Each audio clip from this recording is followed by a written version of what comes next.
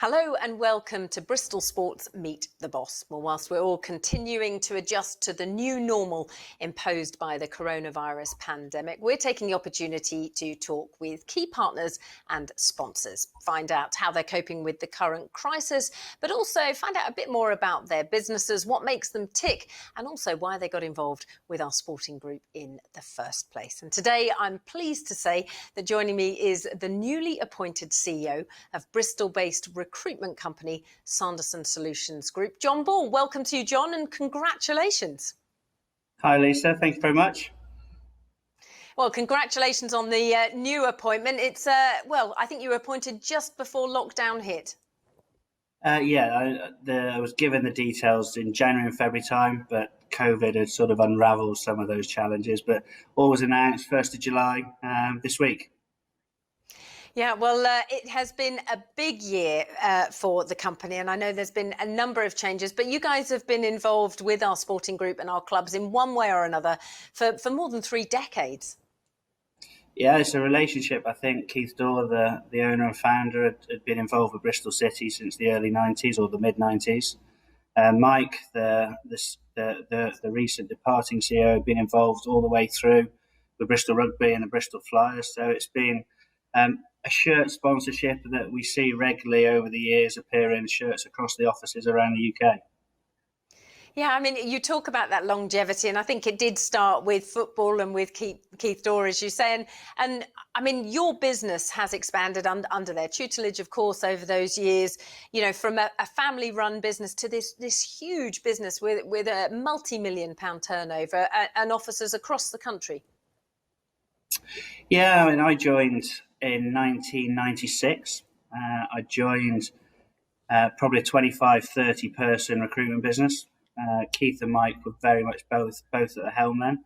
It was very much a small family-run, family-feel business, centred in the southwest in Bristol, headquartered, and we've grown from Bristol across the UK, but we've tried to remain really strong to the roots that were our Bristol presence and remain very strong to the Bristol DNA that sits in the business. And I know we've spoken before, of course, the involvement and partnership with front of shirt sponsors. I believe there's shirts dotted around the country, proudly displaying the clubs that you've sponsored over the years. Yeah, I think if you were in the head office in Bristol, there are probably 5 or 6 Bristol sport clubs shirts signed, dotted around the office. In Edinburgh, we've got the 1996 first shirt sponsor. And as you go around the UK, there's always a Bristol City, Bristol Rugby or Bristol Flyers signed shirt in every office. Yeah. So, I mean, you know, on this program, one of the things that we've been talking a lot to CEOs about is, especially when budgets are being restricted or constricted, you know, assessing every return on investment. And over the years, I know that there's been a number of times where that investment in a sports partnership has delivered tenfold to the company from an advertising and an exposure point of view. I mean, I think we've been front shirt sponsor through some real highlights with Bristol City. We were the RSG brand was the shirt sponsor in the promotion championship winning team and the Johnson's Trophy team. We saw the logo blazed all over the papers and across the news, which was probably a far greater return than we expected. There's been some real highlights. There's been a return from a commercial perspective, undoubtedly. There's also been an awful lot of enjoyment that being a partner has provided. Last year or a couple of years ago with Manchester United, the box has often provided a great way of engaging with clients and some of our partners without it being in a really formal environment. Both the rugby and football, it gives a great informal environment to build and develop some of those relationships. So it's worked very well. Yeah, I mean, of course, the fickleness of sport is the one thing that we can't control, are the results, on the field. And whilst it's been great for you guys, I think, as you say, you've been a part of us on some of our most successful seasons. There's obviously seasons where, with the best laid plans, it doesn't go according to plan. But actually, that exposure still remains the same. And I remember Mike Beasley recounting a story a while ago with, I think it was Cray supercomputers, where they were looking to relocate here to Bristol and just happened to take in a football game. They weren't someone you were entertaining. No, we got introduced to I think it was the MD of Cray, and he was based in America, huge Bristol City supporter. Saw our logo on the shirt, and when he realised what we did, he phoned us to say he'd be keen to come and talk to us and for us to help him. And we brought him over to go to a couple of the matches. Yeah, I mean, and that results in a contract and a deal that you hadn't anticipated. Of course, there's all of those sort of outward-facing benefits to the sponsorship, but also, I guess, as a recruitment companies tend to have a fairly young workforce and staff, and I know that our sporting group sits very keenly at the heart of, shall we say, some of your enjoyable nights out. Yeah, well, the basketball has been a huge hit. They've often formed a big part of our social side within the organisation. We've got an awful lot of people who've worked for the company for an awful long time. The tenures of the individuals in the business is excellent, and it's important we reinvest in those individuals. We've had matches on the pitch here. We've played against a Bristol City ex-Legends team on this pitch, which was fantastic. We've had two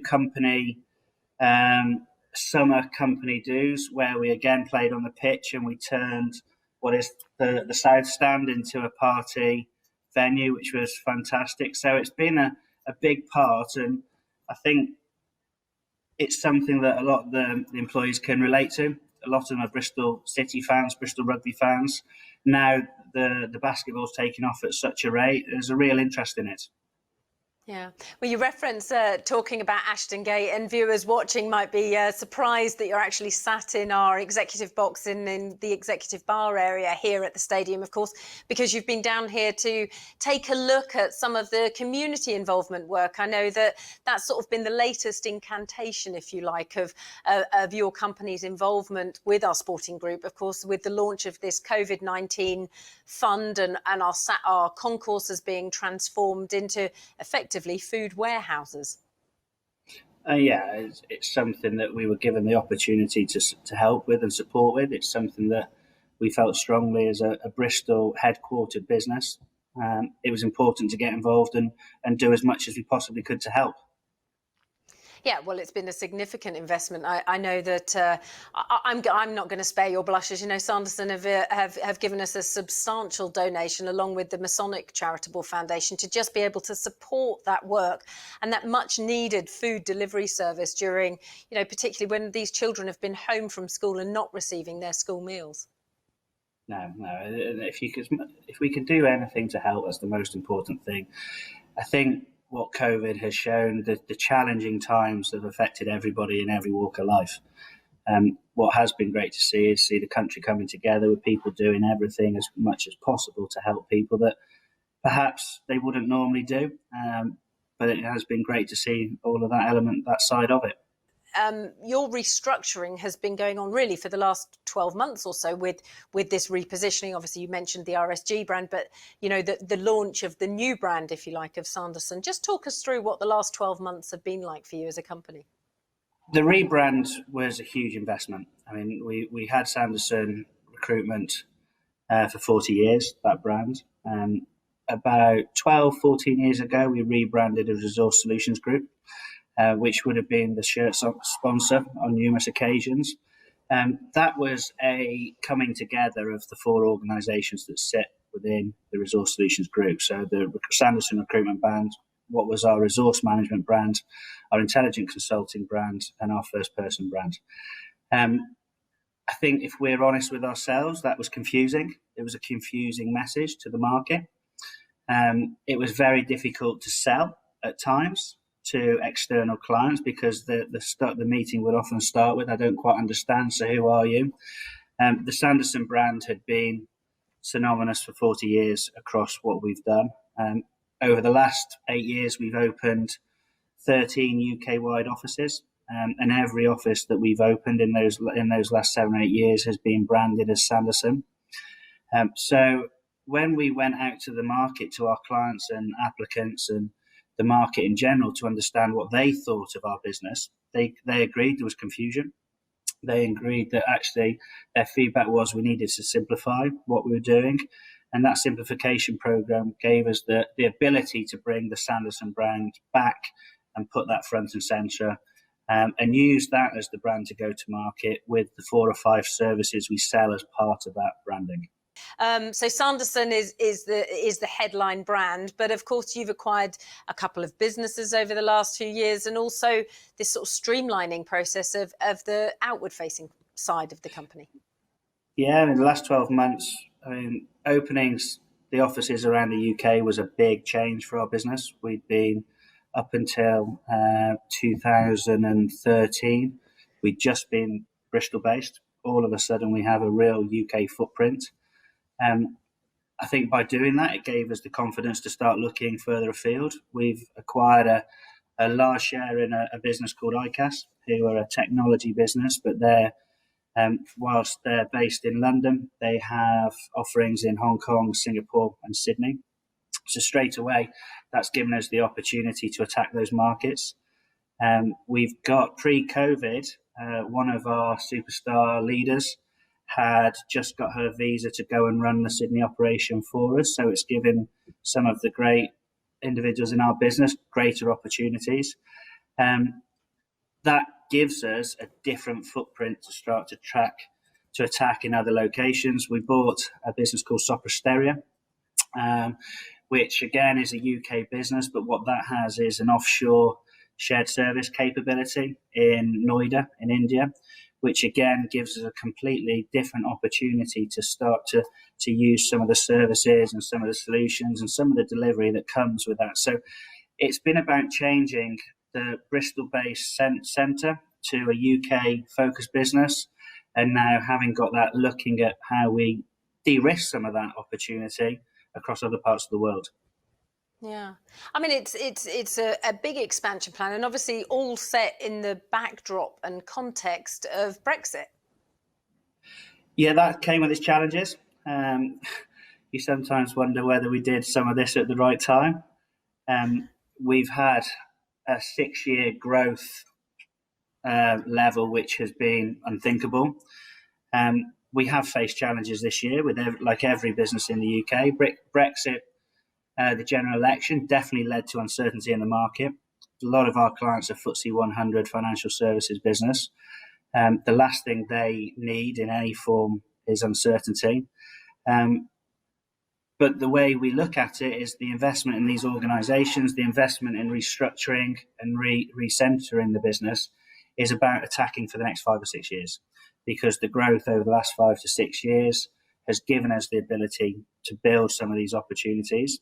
We'll come out of COVID with 4 or 5 complete new platforms that give us a greater opportunity to go and attack the market post-COVID than we would have had 2 or 3 years ago. Yeah, and I guess in a way it's almost because you were on this path of this sort of a restructuring path pre-COVID, you're ideally positioned to move as soon as you come out of it. As you say, I mean, often recruitment companies are one of the first companies to sort of feel the pinch, but they're also one of the first companies to be back in there when markets are opening back up. Yeah, I mean, we started our restructuring process around how we bought the efficiencies from the acquisitions of these businesses pre-COVID. COVID is something that has really given us the opportunity to focus a lot harder on driving those efficiencies. I think if you look at everyday normal business life before COVID-19, everyone gets so sucked into BAU, gets so captured by day-to-day work. The day-to-day work has dropped off undoubtedly as a result of COVID-19, but that has given us the opportunity to really sit back and plot and plan how we want that to look for the future. There are a whole host of negatives undoubtedly that COVID-19 have presented us as a business, like every business around the UK and further afield. But at the same time, it's presented us with some great opportunities to start to restructure, rechange, reformulate how we drive out of this. And well, we mentioned Brexit there as well. I guess the other huge impact, particularly to the recruitment sector, is the IR35 sort of introduction of that sort of new HMRC rules, and that was something, of course, that you've been planning for or against over the last 12 months as well. I mean, that has been hard work. We obviously knew IR35 was coming. It came with a whole host of challenges. We had to work exceptionally hard as a business to get 4,500 day rate professional service company contractors ready for that challenge. We achieved that, and then at the last minute, the government changed their stance, which meant we had to unravel an awful lot of that work. In unraveling that work, you had complete confusion because a lot of the big FTSE 100 companies had adopted their stance on R35 moving forward. They weren't going to change that stance. A lot of the small and medium enterprise organisations, the length and breadth of the UK, they actually either hadn't prepared, or so they were given a get out of jail card with how that looks. So we had to undo an awful lot of work. It came with immense amount of challenges from the contractor population. It then delivered a whole host of uncertainty in the market.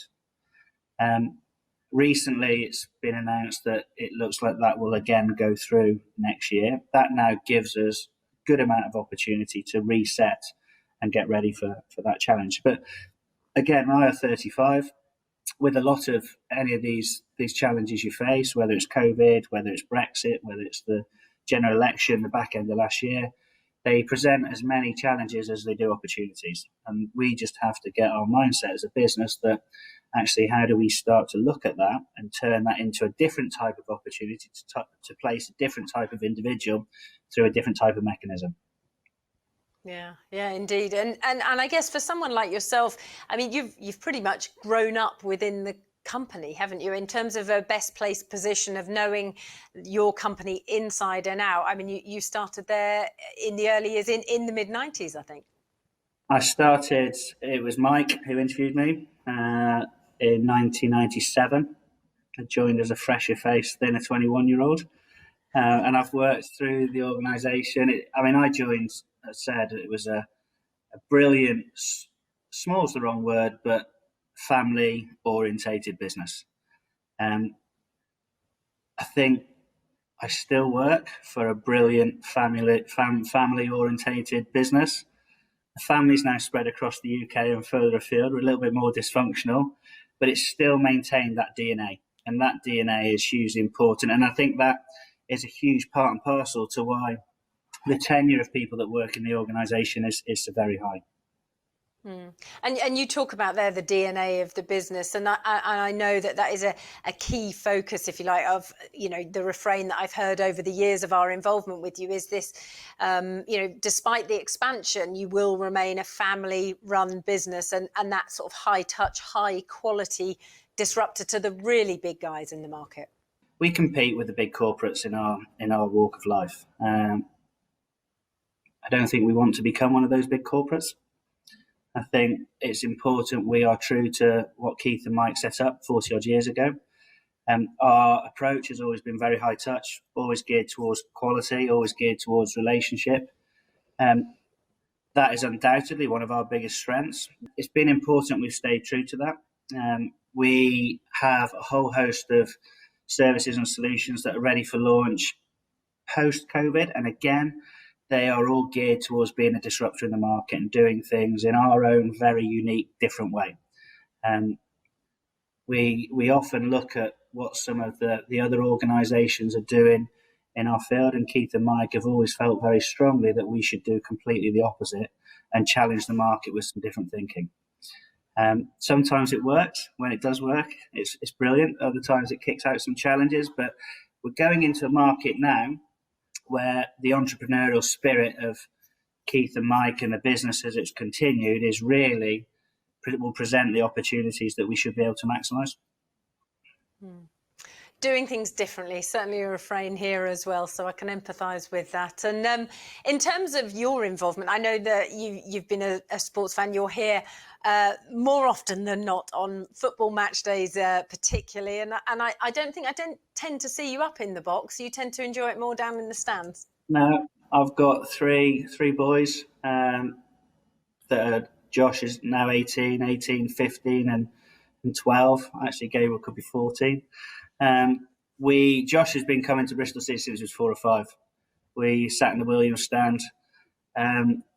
We go to a lot of away games. We have 4 season tickets in the South Stand. We moved to the Atio when the Williams got knocked down, and then we moved to the South Stand. And Saturday afternoon, a pasty, a pint, some quality time with my 3 boys is a big part and parcel of coming to watch Bristol City. Yeah, it is a weird place to be in the stadium without the fans, and I know really you've come down here. Yeah, it's a strange proposition, isn't it? It is, but I mean, as a football fan, all the games are strange. Watching Bristol City, we're a big Liverpool family. Watching Liverpool without the noise or with the noise being put into the stadium sounds strange. I prefer it actually without the noise. But it seemed that it was important to get the football season finished, and it is what it is. It's finished well for Liverpool, that's for sure. Yeah. One could suggest they definitely had a few beers after that celebration, because the next game performance wasn't quite so strong. You touch on the viewing experience and having to us broadcast these games behind closed doors. How have you found it in terms of Robin's TV? Because it has been. You talk about adjusting to new scenarios. We're in the position where sports clubs have had to become sports broadcasters. Yeah, I mean the first game that was on, I think it was great to see Bristol City play football again. It's a big part of everyday life. It's amazing when you experience something like COVID-19, whether it's work, whether it's sport. It's amazing the impact that has and how important that is to your life. I remember coming home one Friday night. Right at the beginning of COVID-19, Friday night, 3 boys, you come home, you put the telly on, you watch whatever sport's on the telly, nothing. And living through that was a strange period. And the same with the challenges and the changes in how we've had to work. So it was good to watch football again. I don't know if it's quite the same experience as being live in the stand. And I think it shows the importance of fans and how much of an entertainment all sport is, whether that's the cricket and the golf as well, and as soon the rugby when that returns. But it's better than nothing, that's for sure. Yeah, and it is, as you say, it's adjusting to the difficult times and just trying to keep things going until we do get to, as I said at the very start of the interview, to this new normal. And it does feel like there is some stepping out into the light, if you like. Yeah, I mean, we went back to, the office was reopened 4 weeks ago. We had a team of brilliant people that got the office ready to go. The first few days, White Ladies Road, where we're based, was so quiet. People were tentative about coming back into the office, and understandably so. And it's optional, and it remains optional. But the last 2 weeks, you can feel the city of Bristol coming back to life. I mean, the traffic driving in yesterday was no different from a normal drive from Long Ashton in the morning. So it feels like we're beginning to see the end of this. It's interesting. I think people are ready to see the end of this as well. Certainly, we are an organisation like no others, the length and breadth of the UK, and we've had staff that have thoroughly enjoyed it. We've had staff that have thoroughly struggled. We've had people that trying to do homeschooling with young children has been a huge challenge. We have, as you alluded to earlier, we have some youngsters in the business. It's still a youngsters game, recruitment, and a lot of them are living in flats and flat shares, and they've found that very tough. So the ability for them to reintegrate has been really well received. There's still the flexibility for people to work from home.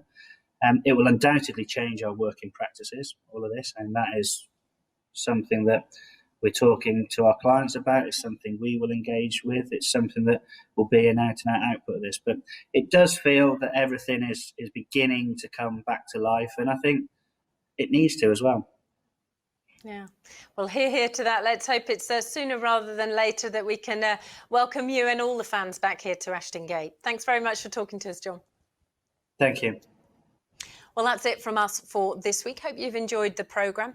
Do make sure you subscribe to our social channels so that you can stay across all of our latest news and updates, not least as the easing of restrictions continues here at the stadium, of course, with our shop, our sports bar and pizzeria and our coffee shop all having reopened. Until next time, stay safe, stay well.